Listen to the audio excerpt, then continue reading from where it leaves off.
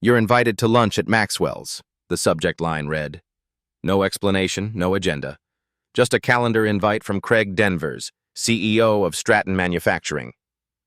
Maxwell's wasn't the kind of place you went for a casual lunch. It was where deals got closed, careers launched, or ended. I knew something was coming. What I didn't know was that it would all start with a steak. It was early October in Pittsburgh. The leaves outside our downtown office shimmered gold, a picturesque contrast to the frost I felt growing in my chest. Inside Stratton's headquarters, everything looked the same: buzzing fluorescent lights, the hum of servers, and that ever-present scent of burnt coffee from the break room. But under that surface, something had shifted. I could feel it. I'm Michael Reeves, 42 years old. For the last 11 years, I was the guy behind the curtain, the one who built Stratton's entire IT infrastructure from scratch. When I joined, they were still backing up inventory data with thumb drives and storing passwords on sticky notes. I introduced PulseSync, a manufacturing control system I first designed years ago. It became the nervous system of our entire operation. But you wouldn't know my name from the annual reports. The lunch invite was unexpected. Craig hadn't scheduled a one-on-one in months. Our weekly briefings had quietly disappeared from the calendar. I had a gut feeling this wasn't just lunch, especially after I noticed my admin credentials had been quietly downgraded the night before. Vanessa, my head of ops, said Zachary Moore, a name I hadn't heard before, was being looped in on IT architecture meetings. A quick search told me all I needed to know: MIT grad, 28, and the chairman's nephew.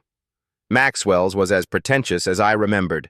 White linens, waiters who never interrupted unless it was to refill your glass. Craig was already seated when I arrived, smiling that PR smile he reserved for board presentations and difficult clients. We made small talk. He complimented PulseSync. I braced for the pivot. "Michael, you've been instrumental in Stratton's transformation," he said, cutting into his filet. "But the board wants to move in a new direction. We're bringing in someone with fresh perspective. Zachary Moore will be transitioning into your role." I stared at him, then my water, then back at him. I smiled. "Of course, these things happen." He slid a non-disclosure agreement across the table. I didn't flinch. I signed. He looked relieved I didn't cause a scene. As we finished dessert, he outlined a 6-week transition period. Back at the office, I noticed I was removed from the executive Slack channel. My calendar was wiped. My office keycard blinked red when I tried to access the development server room. That night, I didn't sleep. Not out of fear or anger, but because 3 months ago I had noticed irregular pings on the server log, unauthorized access attempts traced to an IP address linked to the executive floor. Someone had been poking around PulseSync's source code. They weren't just replacing me. They were trying to take what I built. That was their mistake, and it would be their downfall. At 6:30 a.m. the next morning, Carlos was already waiting at Joe's diner, stirring his coffee like he was rewinding time. "They're locking everything down," he said without looking up. "I think they're trying to erase you." Joe's diner was a steel-framed holdover from the 70s, wedged between a pharmacy and a tire shop. It was our unofficial war room over the years, the place where ideas were sketched on napkins and crises were quietly neutralized before anyone upstairs noticed. That morning, the booths were half full, the smell of bacon thick in the air. Outside, Pittsburgh was just waking up.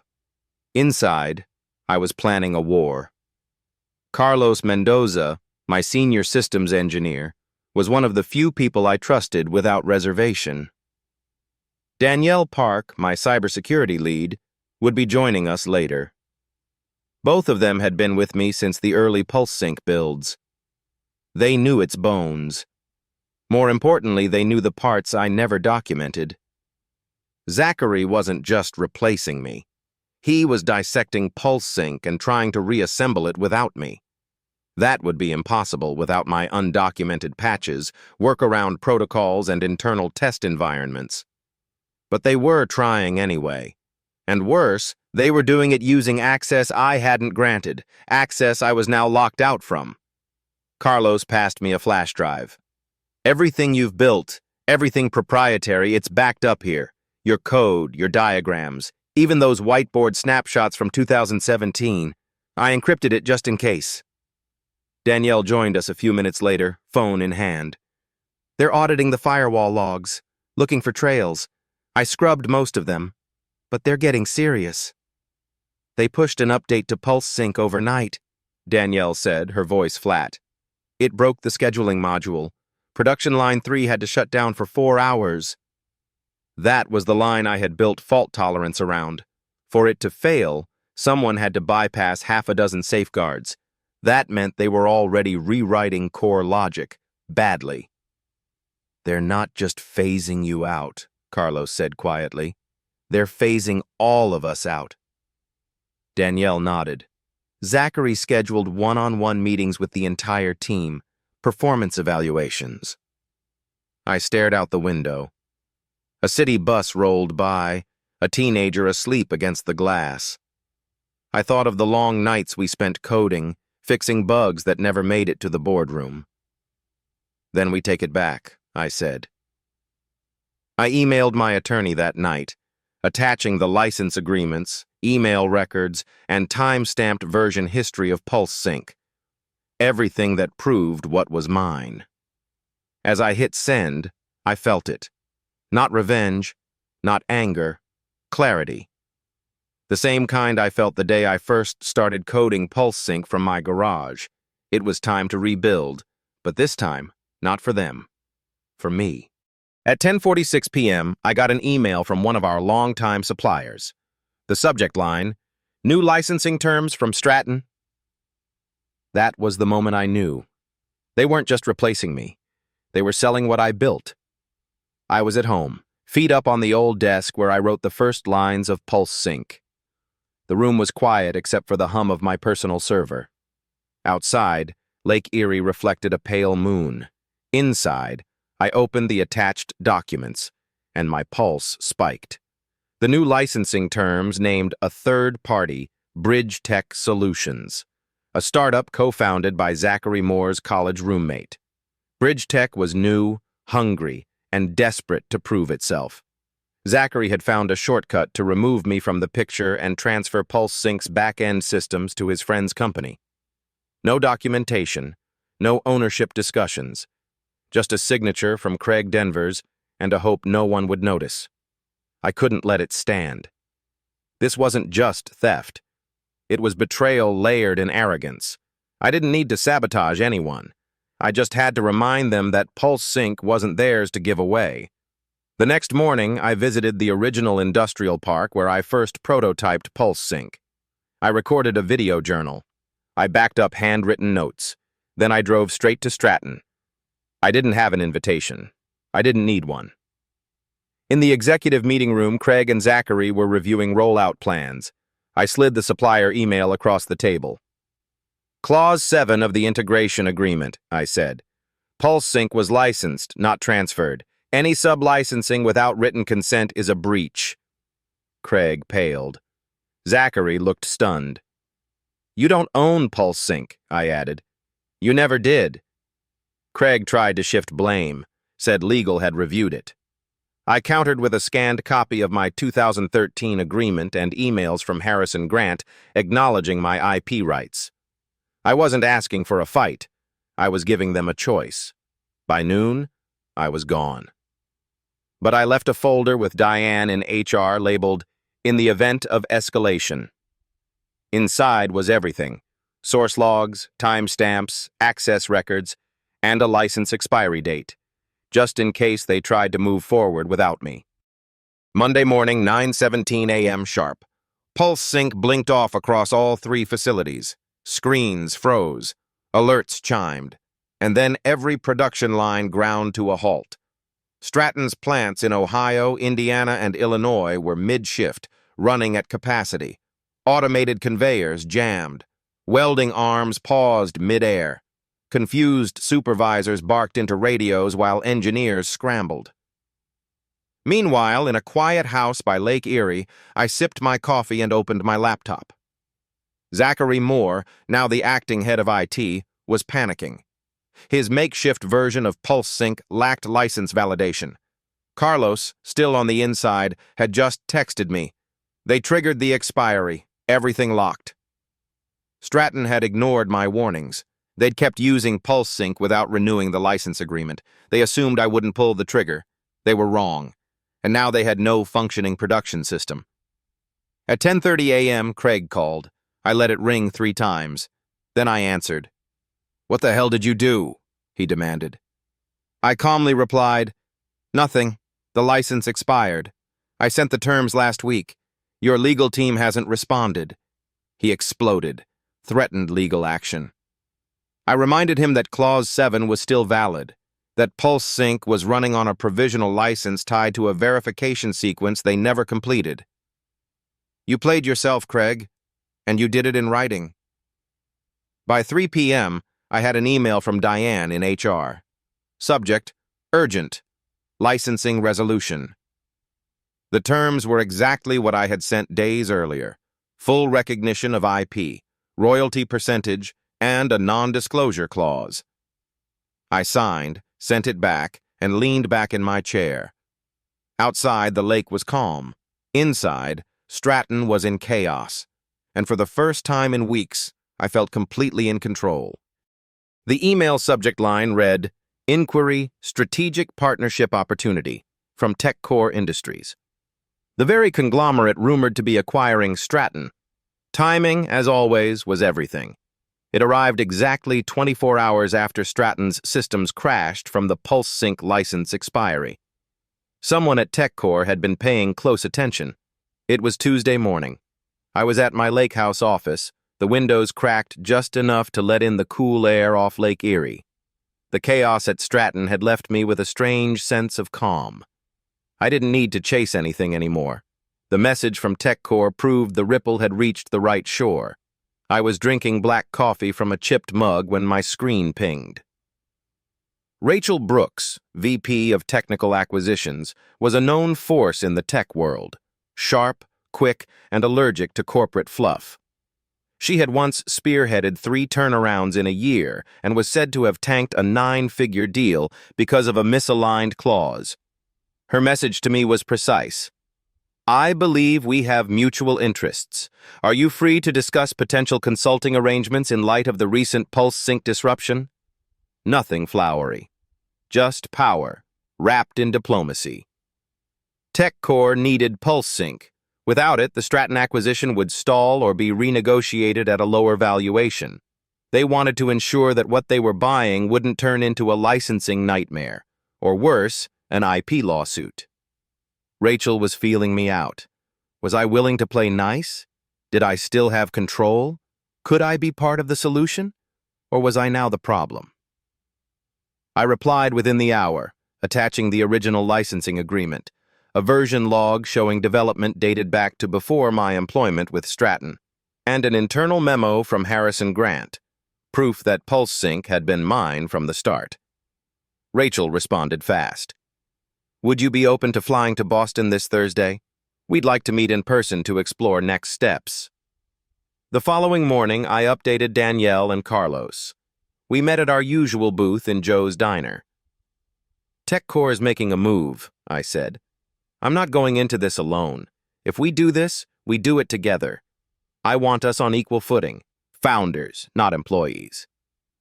Danielle didn't even blink. "I've got backups of everything on the legal side. If this goes corporate, we need shields." Carlos smiled. "I've already started rewriting modules in a neutral stack, just in case they want something standalone." That night, I barely slept. Not from nerves, but from adrenaline. For years, I'd been the architect behind someone else's kingdom. Now, I was laying the foundation for my own. I spent the entire evening packaging a clean room version of PulseSync, stripping out every Stratton-specific tag, comment, or dependency. I uploaded it to a secure cloud vault, encrypted under a triple auth system only I could unlock. This version wasn't for them, it was for us. A new build, a new beginning. Before I powered down, I drafted a proposal for TechCore. Scope of engagement, timeline, compensation, autonomy. At the bottom, I wrote one sentence. We don't sell software. We build infrastructure for the next industrial age. On Wednesday, Rachel called. She didn't waste time. Your documents check out, legal's impressed, but the board needs assurance. Can you oversee integration during and after the acquisition? I can, I said, but I won't be a temp. I want authority over all PulseSync-related operations, current and future, and I want the right to bring in my own team. Done, she said, without pause. You'll meet with our executive panel at 11 a.m. Thursday. We've already booked your hotel. I hung up and looked over at the framed PulseSync schematic on my wall. 11 years of work. 11 years of loyalty, buried in someone else's ambition. This was my moment to reclaim it. As I zipped my carry-on that evening, Carlos sent me the new login architecture for PulseSync 2.0. Danielle confirmed her legal packets were in order. The wind outside picked up, blowing golden leaves across the porch. I checked the time. 9:17 p.m. The exact minute Stratton's system had collapsed 2 days earlier. Boston wasn't just a business trip, it was the opening move of a new game, and this time, I wasn't playing defense. The elevator chimed at the top floor of TechCore's Boston headquarters. Polished glass, chrome finishes, and the weight of billion-dollar decisions hung in the air. I wasn't nervous. I was ready. Because today, I wasn't pitching for a job. I was negotiating from power. The boardroom overlooked the harbor. It was modern, quiet, the kind of space where empires make acquisitions. At the far end of the table sat Rachel Brooks, flanked by two executives in suits that looked more expensive than my car. Water glasses gleamed. A black folder sat neatly in front of every chair. My name was embossed on one. In addition to Rachel, there was Daniel Kwan, TechCore's CTO, stoic, methodical, an engineer's engineer, and Priya Shah, general counsel, known for burying competitors in legal precision. They weren't here to be impressed. They were here to verify value, and I intended to prove mine beyond doubt. TechCore wanted assurances. The Stratton deal was still in flux, and PulseSync had become the core of that value. Could I ensure stability? Could I rebuild a version that didn't rely on Stratton's infrastructure? Could I lead a team across 3 plants while reporting directly to TechCore instead of through Stratton's remaining chain of command? I said yes. But I had my own list. I opened the black folder. Inside was a draft contract, 6-month consulting term, fixed retainer, performance bonuses. It was generous, but it wasn't complete. I slid over my version. No time limit. Full operational control over PulseSync and any derivative systems. Right to appoint my own staff. Ownership of all pre-existing IP remains mine. Revenue share on future deployments. Daniel frowned. This structure reads more like a strategic partnership than a consulting agreement. It is, I said. I'm not here to work for TechCore. I'm here to build with you. You're buying PulseSync. I am PulseSync. There was a long pause. Then Priya spoke. This could complicate the acquisition timeline, but losing PulseSync would complicate it more. Rachel nodded once. If we sign, can you deliver a plant-ready version in 14 days? I can deliver a better version, built clean, faster, leaner, smarter. Daniel finally cracked a smile. And the people you want to bring with you? They're already working. Danielle Park, Carlos Mendoza. You'll want to keep them happy. The boardroom door opened. A staffer brought in coffee. I declined. Rachel stood and extended her hand.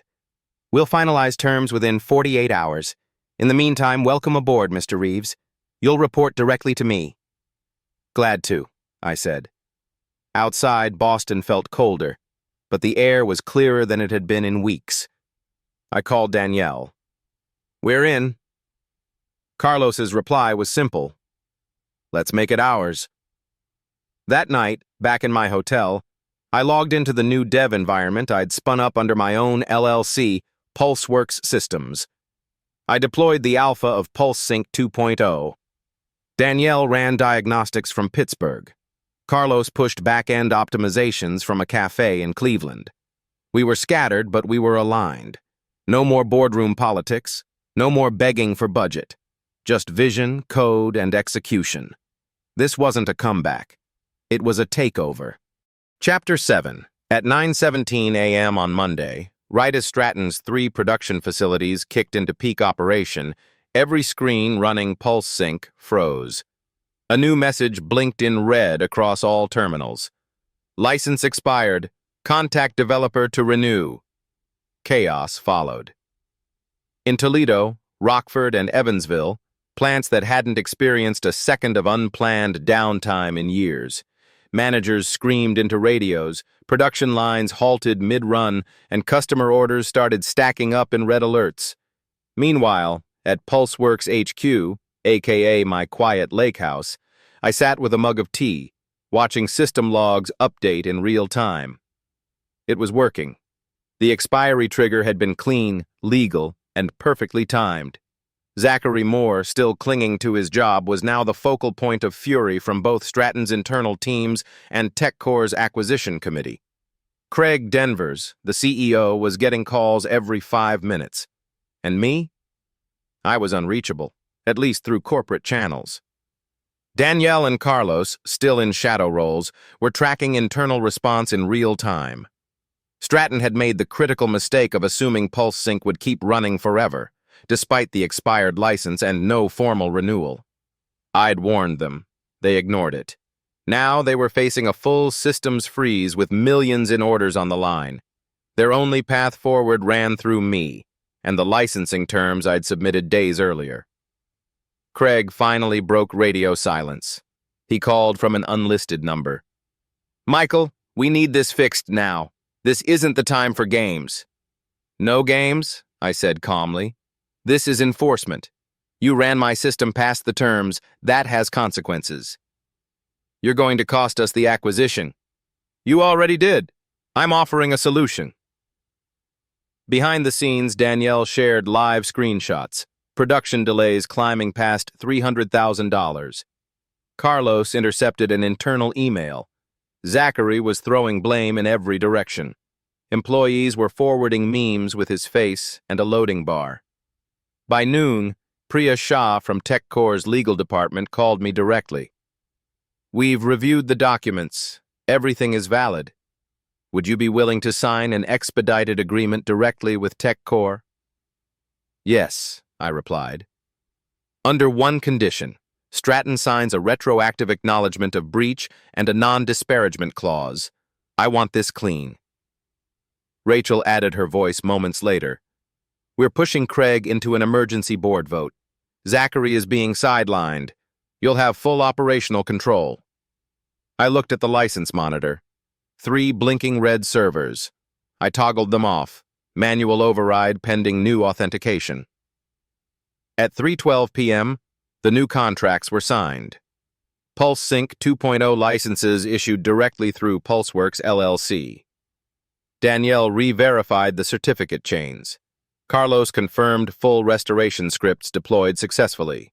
By 3:45 p.m., all lines were operational again. That evening, I received a private message from a mid-level plant manager. Thanks. We were dead without you. I didn't reply. I didn't need to. The message was enough. Zachary Moore was removed quietly that Friday. Pursuing other opportunities, the memo read. Craig's title was reduced to strategic advisor, stripped of operational authority. And TechCore? They locked in the acquisition at original valuation because of PulseSync. As I watched the sun drop over Lake Erie that night, logs from 3 states streamed across my screen. All green. This was no longer a negotiation, it was ownership. 1 year later, I sat at the same lake house, this time with a glass of bourbon instead of coffee. The snow was falling in soft spirals outside, and the PulseWorks dashboard glowed with real-time metrics from 12 facilities across 5 states. A long way from Stratton, and from being disposable. PulseWorks had grown from 3 people into a full-fledged enterprise. We now serviced mid-size manufacturers, aerospace clients, and even a couple of government contracts. Not as employees, as partners, as owners of the infrastructure they now relied on. Our lake house had become both sanctuary and command center. Carlos now ran back-end ops from Denver, leading a growing team of engineers. Danielle headed legal and partnerships from Pittsburgh, having negotiated 3 multi-million-dollar integration deals on her own. As for me, I was CEO, yes. But more than that, I was finally architect of something that belonged to me. To us. The memory of Stratton still lingered, especially when the lawsuit started.